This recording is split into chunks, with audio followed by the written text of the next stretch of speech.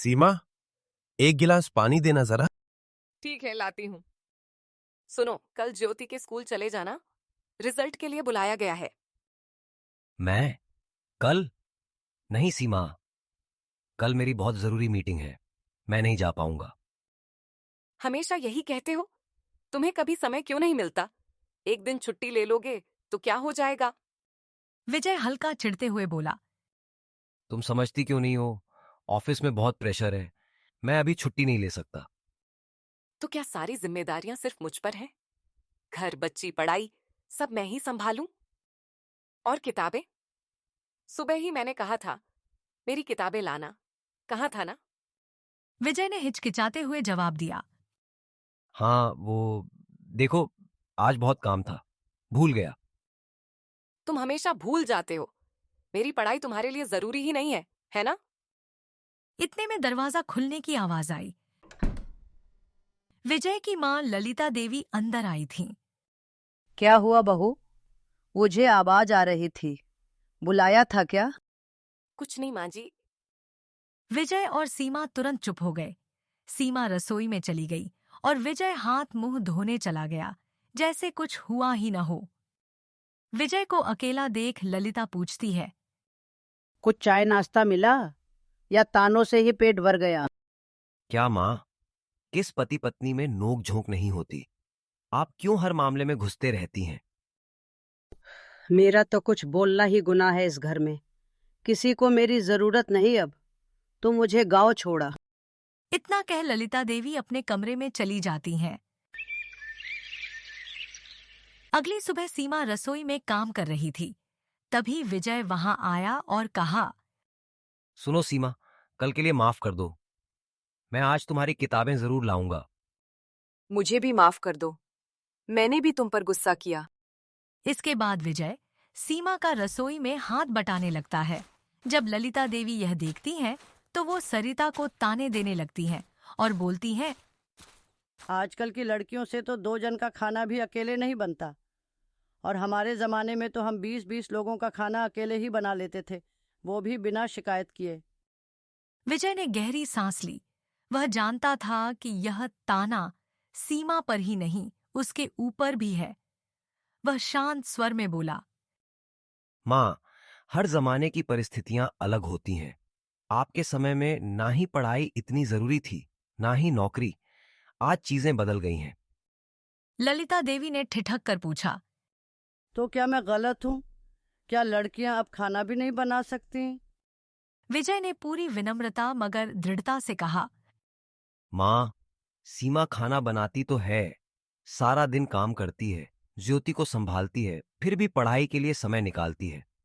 अगर मैं थोड़ी मदद कर दूं तो इसमें गलत क्या है? ललिता का चेहरा तमतमा गया। गलत? बेटा, बहू को ज्यादा सिर चढ़ाया जाए तो घर को बर्बाद होने से कोई नहीं रोक सकता। हमारे जमाने में मर्दों ने कभी रसोई का मुंह भी नहीं देखा। विजय ने मुस्कुराते हुए कहा।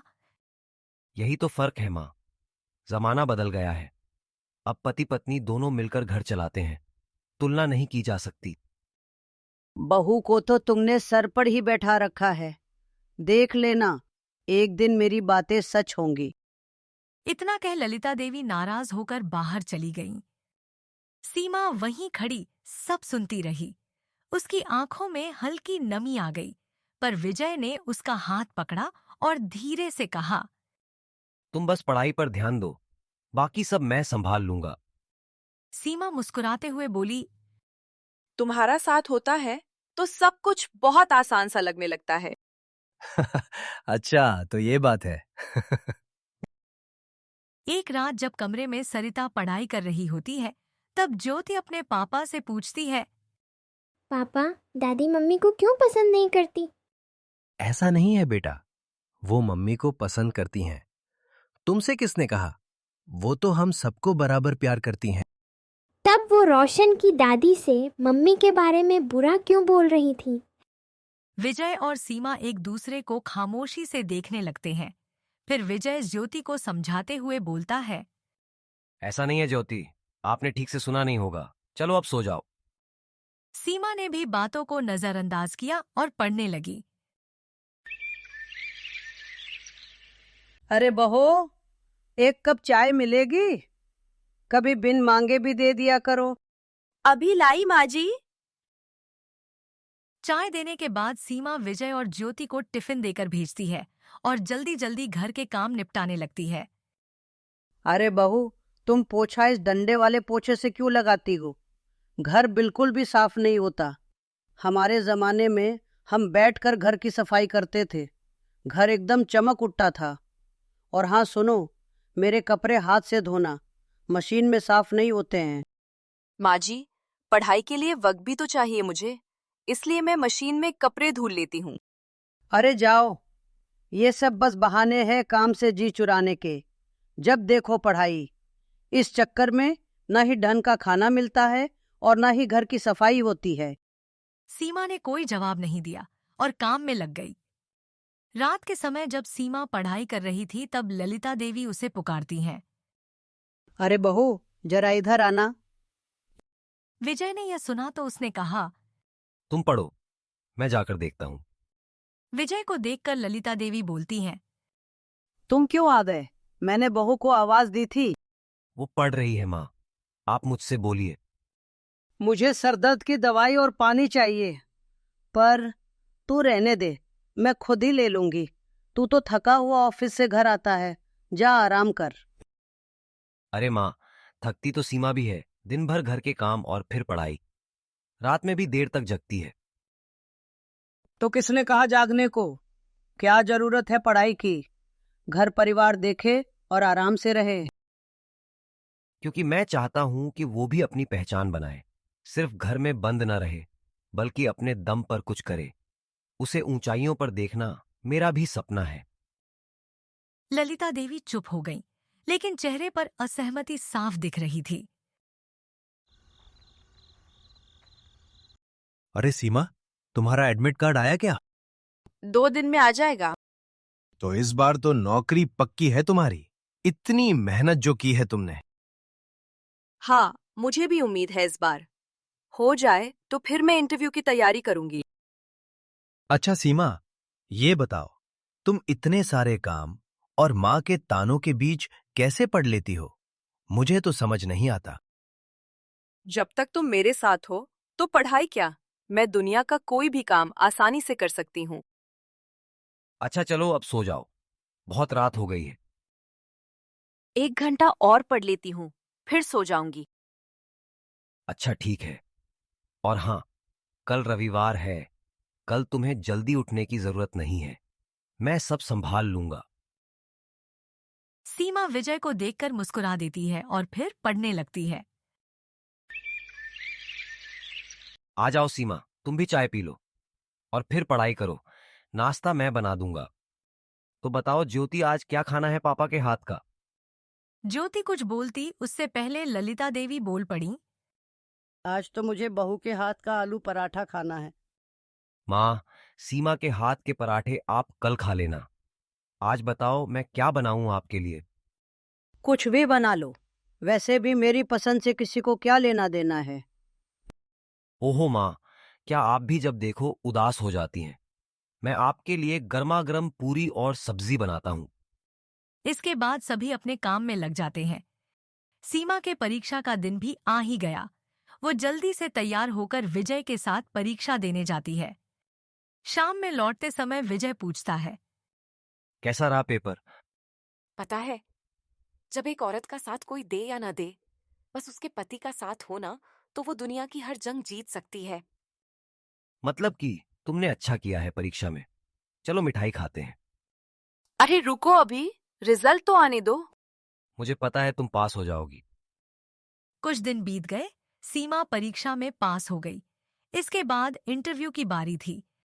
विजय ने भी सरिता की तैयारी में कोई कसर नहीं छोड़ी। कभी वह उसे मॉक इंटरव्यू करवाता, कभी नए सवाल ढूंढ कर लाता। रात में जब सीमा पढ़ते पढ़ते थक जाती, विजय दूध का गिलास लेकर आ जाता। दूसरी ओर ललिता देवी यह सब देखकर और कड़वी होती जा रही थी। अब मैडम को इंटरव्यू देना है, इसलिए बेटा नौकर बन गया है। पर सीमा और विजय का हौसला कभी कम नहीं हुआ। सीमा के मन में विजय के लिए सम्मान और भी बढ़ता गया। जब वह इंटरव्यू देकर लौट रही थी तब वह सोच रही थी, काश दुनिया की हर लड़की को ऐसा पति मिले जो उसे आगे बढ़ने में मदद करे। परीक्षा के परिणाम के इंतजार में सीमा के दिन बेचैनी से बीत रहे थे। तभी एक दिन डाकिये ने दरवाजे पर दस्तक दी। सीमा का दिल जोरों से धड़क रहा था। उसकी हथेलियां पसीने से भीग रही थीं। विजय उसकी ओर देखकर मुस्कुराया। एक गहरी सांस लो और पढ़ो क्या लिखा है। सीमा ने चिट्ठी पढ़ना शुरू किया। आपको ये बताते हुए अत्यंत हर्ष हो रहा है कि आप उप जिलाधिकारी के पद पर चयनित की गई हैं। वह आगे पढ़ ही नहीं पाई। उसकी आंखों से आंसू छलक पड़े। विजय की आंखें खुशी से चमकने लगीं। बधाई हो सीमा, तुम पास हो गई। सीमा के होंठ कांपते हुए हल्की सी मुस्कान में बदल गए। सालों की मेहनत, संघर्ष, आंसू सब उसी पल याद आ गए। लेकिन पीछे खड़ी ललिता देवी के चेहरे पर खुशी की जगह अजीब सी उदासी थी। वह बोली, अच्छा, तो अब सरकारी अफसर बन गई बहू? अब तो घर परिवार सब भूल जाएगी। विजय ने मां की ओर मुड़कर कहा, नहीं मां, हम सब साथ रहेंगे और एक दूसरे का ख्याल रखेंगे। वो सब छोड़िए, आज आपकी बहू की जीत का दिन है। आज तो कम से कम उसे बधाई दे दीजिए। ललिता देवी थोड़ी देर चुप रहीं, फिर बोली, अच्छा, तो फिर नौकरी इसी शहर में होगी ना? नहीं मां, दूसरे जिले में होगी। पहले ट्रेनिंग और फिर नौकरी। तो क्या अब बहू बाहर रहकर नौकरी करेगी? क्या इज्जत रह जाएगी हमारी समाज में? माँ जी, इसी दिन के लिए तो इतनी मेहनत की थी। ये तो सबको पता था कि नौकरी किसी भी जिले में मिल सकती है। अगर मैं नौकरी नहीं करूंगी तो क्या फायदा विजय और मेरी मेहनत का? और माँ जी, मेरी नौकरी करने से आपकी बदनामी कैसे हो सकती है? देख लिए विजय, तुम पत्नी को सर पे चढ़ाने का नतीजा। मुझसे जबान लड़ाने लगी है अब। नौकरी करेगी बाहर रहकर तो इसके तो पर ही निकल आएंगे। और पढ़ाओ इन मैडम को। अब तो भगवान ही बचाए इस घर को। सीमा के आंखों से आंसू आ जाते हैं। सीमा, तुम चिंता मत करो। जब तक तुम्हारी ट्रेनिंग चलेगी मैं और ज्योति तुम्हारे पास आते जाते रहेंगे और फिर जहां नौकरी होगी हम वहीं घर ले लेंगे। मैं भी वहीं अपने लिए कोई नौकरी ढूंढ लूंगा। तुम जाने की तैयारी करो। मां, मुझे लगा था आप सीमा पर गर्व करेंगी और कहेंगी, मैं हूं ना, सब हो जाएगा। पर आपको बिल्कुल भी खुशी नहीं है। मैं अब आपको समझा के थक गया। अगर आप हमारे साथ नहीं जाना चाहती तो मैं किसी को खाना बनाने और घर संभालने के लिए रख देता हूं। ललिता देवी यह सुनकर स्तब्ध रह गईं। बेटे को नाराज देखकर उन्हें बहुत बुरा लगा।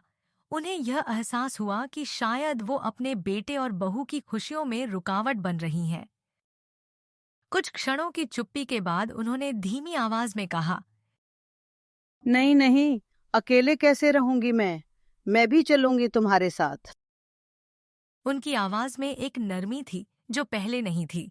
विजय ने खुश होकर कहा, ये हुई ना बात। हम सब हमेशा साथ रहेंगे। नई जगह पर नए जीवन की मिलकर शुरुआत करेंगे। सीमा ने भी धीरे से कहा, हाँ माँ जी, आपके प्यार और आशीर्वाद के बगैर हम कैसे खुश रह सकते हैं? ललिता देवी ने सीमा की ओर देखा। पहली बार थोड़ा नरम, थोड़ा स्वीकार करने वाला नजरिया। उन्हें यह समझ आ गया था कि समय बदल चुका है। उनके जमाने और इस जमाने में बहुत फर्क है। हर वक्त तुलना करना ठीक नहीं है। और इस तरह से एक साधारण सी बहू का सपना परिवार के साथ और समझ से पूरा हुआ।